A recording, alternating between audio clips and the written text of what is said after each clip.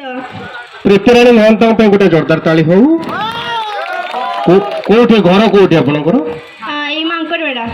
ମାଙ୍କଡ଼ବେଡ଼ା, ଆଚ୍ଛା ଠିକ ଅଛି। ମୁଁ ଏଠି କ'ଣ ହେଇଛି ଗୋଟା କୋଉ ଗୋଟେ ଫୁଟାଣି ମାରିକି କହିଦେଇଛି ଆକ୍ଚୁଆଲି ଯେ ଝିଅ ମାନେ ଆମେ ଝିଅ ପ୍ରକାଶ ଝିଅକୁ ଆଇ ଲଭ୍ କୁହନ୍ତି କିନ୍ତୁ ଝିଅଙ୍କଠୁ କେମିତି ଆଇ ଲଭ୍ ଆଦାୟ କରାଯିବ। ତେଣୁ ମୋ ଷ୍ଟାଇଲ ଟିକେ ଅଲଗା, ସାව ମୋ ଷ୍ଟାଇଲ ନିଆରା ନା କ'ଣ? ଠିକ ଅଛି, ମୁଁ ତମକୁ କିଛି କ୍ୱେଶ୍ଚିନ୍ କରୁଛି, ତମେ ଜାଣିଥିବ ଯଦି ନିହାତି ଉତ୍ତର ଦେବ।